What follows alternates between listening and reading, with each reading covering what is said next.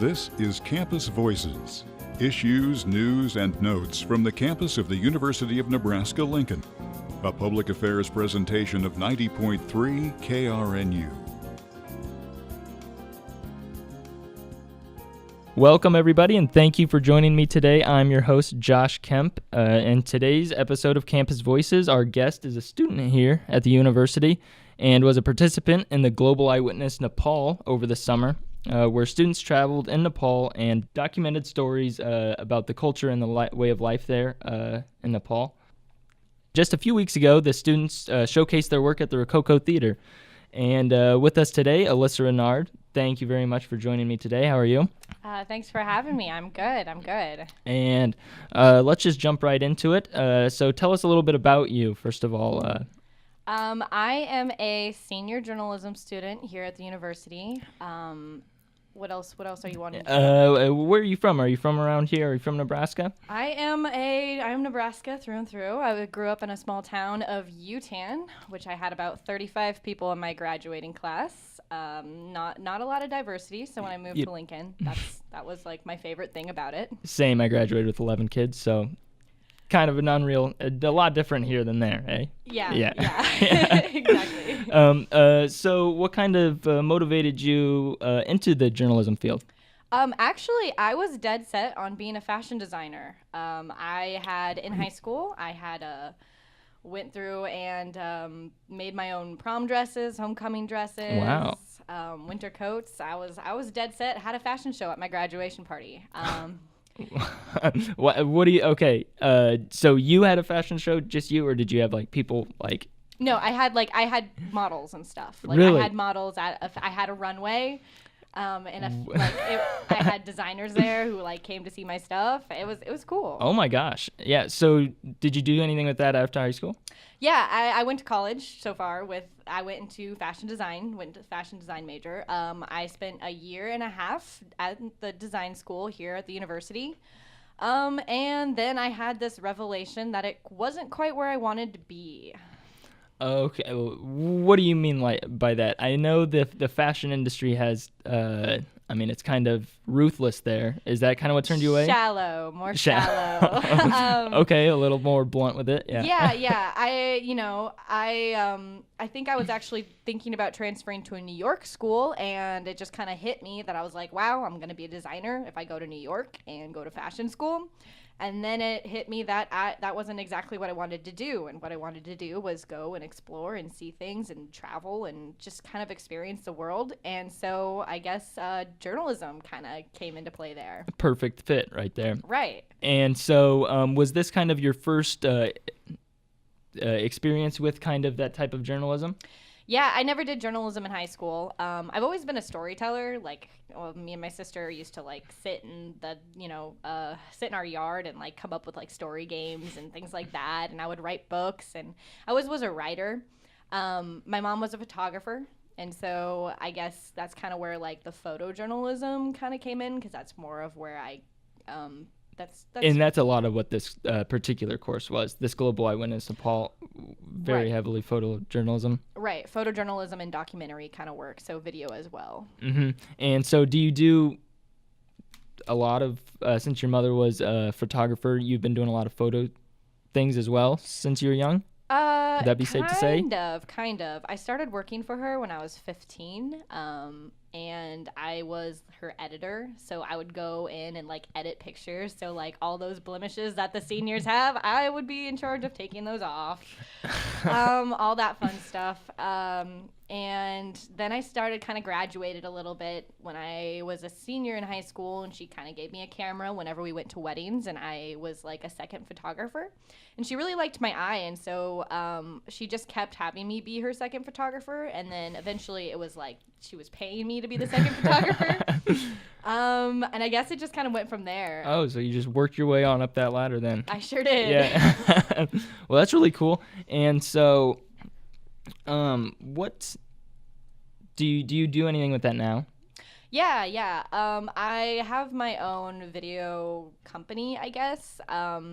So I do like the more commercial side of things where I do weddings, I do senior videos, which is people are always really confused when I say senior videos, but they're like these little they're kind of like a story about how you got like who you are and what your goals are to be like, because you're graduating. It's a huge step in your life, you know, and it's really cool to remember kind of this huge step. And then I also do more documentary stuff. I'm actually hired by a paranormal company called Interstate Paranormal. Wow. Yeah. So do you believe in ghosts? Yes. We're getting a little bit off track. That sounds super interesting. Maybe we'll hop right on back to that. But first, let's get back to this Global Eyewitness Nepal story. And so tell us a little bit about what the Global Eyewitness Nepal course was, kind of what it started as and whatnot. Okay, so I guess to be in the Global Eyewitness trip, you have to be picked by Bruce Thorson, who is a professor here, the photojournalism professor. You have to take a course with him, and he has to see that you do well as a student and that you have the ability to think on your feet and create beautiful photographs.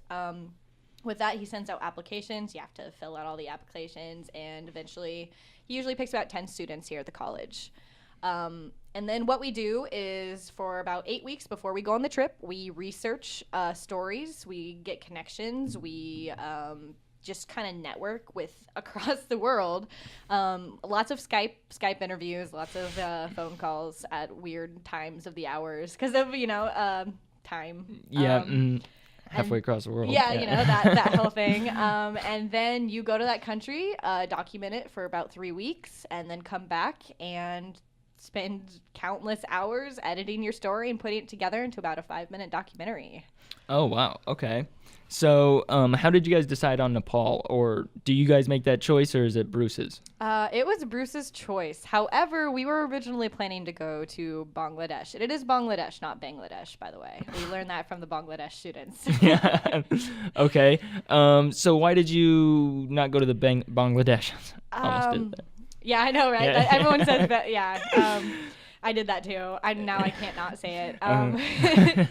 Well, actually, about 4 days before we were about to leave for Bangladesh, so like after 8 weeks of researching, there was a meeting held at the university because there has been some violence and stuff towards bloggers and journalists in Bangladesh.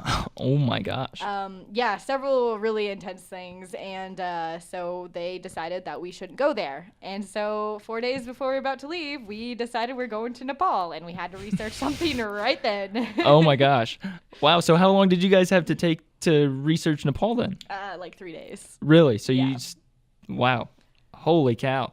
So what was that like? What was it like just having to research a topic in a few days and then having to go there and document it? Honestly, I was in heaven. A lot of the other students were really mad, but I actually had found way better stories in Nepal than I had found in Bangladesh.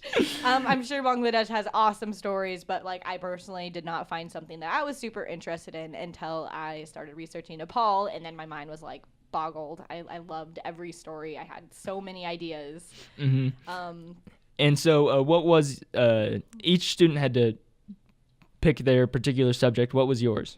I did mine over the Kumari, which are they are only in Nepal, and they are living child goddesses. Living child goddesses. What do you kind of mean by that? Are they like idolized? They are actually believed to have goddesses like living like inside them. So they're chosen by like the horoscopes, and they are regarded as gods. You have to go through this whole process. They have to have like 32 signs of body perfections, have never seriously bled or anything like that, because I guess the god leaves the body through blood, and they are worshipped. I mean, there's about 12 plus in Nepal, but the most well-known is the Royal Kumari, and she's kind of the princess of Nepal. The princess. So do they just get the royal treatment? Are these like from royal families sometime or most of the time, or? They're from the highest caste. So they are from like the highest of society, mainly from Buddhists, even though Buddhists and Hindus worship the Kumari. And they are, I mean, they don't, they do get royal treatment, but in a different regard than what we would think. The royal Kumari is kind of kept in a palace. She can be visited by her family at any time of the day. However, she cannot leave the palace except for 13 times, and that is only during the festivals. So she's actually secluded to her palace for. She can't even go outside. Nope. Wow. Waves to people outside of her window like at a certain time every day, but that's about it. Holy cow. And so how long does this last? Are they goddesses for life? No. They are chosen at a really young age, usually about like 3. And then they are usually goddesses from until they reach their menstrual cycle. Because I guess once they reach their menstrual cycle, as I said, blood is the way to leave the body. So the goddess leaves the body. So after that, they are no longer goddess. Is there any scenario where that doesn't happen, where they don't reach that stage? There is one Kumari who is like 80 years old, and she's the only one because she never had her menstrual cycle. Do they get different treatment? I mean, do they have to like bend some rules for those?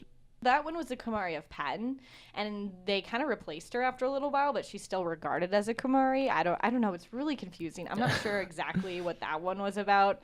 I just remember hearing about that, and my mind was blown. Yeah. Okay. So how did you guys document these different stories? Did you have to stay with somebody? We, it kind of depended on our stories. We all stayed at kind of a home base, and we'd come back every night and do like edits and be like, hey, you need to go get this. Hey, you're doing good with this, but you need to do better at this. Which was kind of rough, you know. It was a long, long day because you'd be out photographing and all day from 6 in the morning to 8 at night, and then you'd come home and put together something really quick to show everyone, and then you'd have to go through and edit it, and then you'd go to bed and start the process all over again. It was really tiring, but absolutely wonderful at the same time. Yeah, it sounds like a really crazy, or not crazy, but super interesting. A ton of stuff there. What was the major differences that you could see from people in Nepal than you see here? I think it would just be how they regarded strangers, and I don't know if this is just because I was American, because they tend to have like a higher regard for Americans for some reason. You have a lot of attention, but everyone was just absolutely kind. There was so much culture, I guess, which was also just incredible. I mean, at every single street there would be some kind of shrine or some kind of something, and you'd always hear bells ringing because in the Buddhist religion you ring the bells to wake up your ancestors. And that was really incredible to see, because we are a very not super cultural community, we don't have a lot of we're just a melting pot, so we have a lot of stuff which kind of turns into nothing. I don't know how else to explain it. Well, yeah, it's just a bunch of just too much is all jumbled up, right? Yeah. And so it was really cool to actually see a culture, a society with a really deep culture, and then to see the kindness that came from just I don't know how people treat each other. Here, you kind of have to earn your respect. There, it's just given. It's, I don't know. It was beautiful. I loved the people. A lot friendlier there.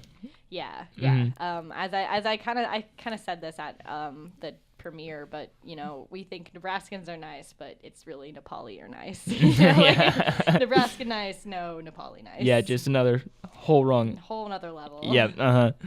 All right. Well, we are about out of time here, Alyssa. Thank you very much for joining us. Thanks for sharing your story, and we'll get back to the Interstate Paranormal next time. All right. But thank you again. Thanks for joining me on Campus Voices today. Have a great day, everybody. This has been Campus Voices, issues, news, and notes from the campus of the University of Nebraska-Lincoln. To comment on this program, call 402-472-3054. or email to krnu@unl.edu. Campus Voices is a public affairs presentation of 90.3 KRNU, Lincoln.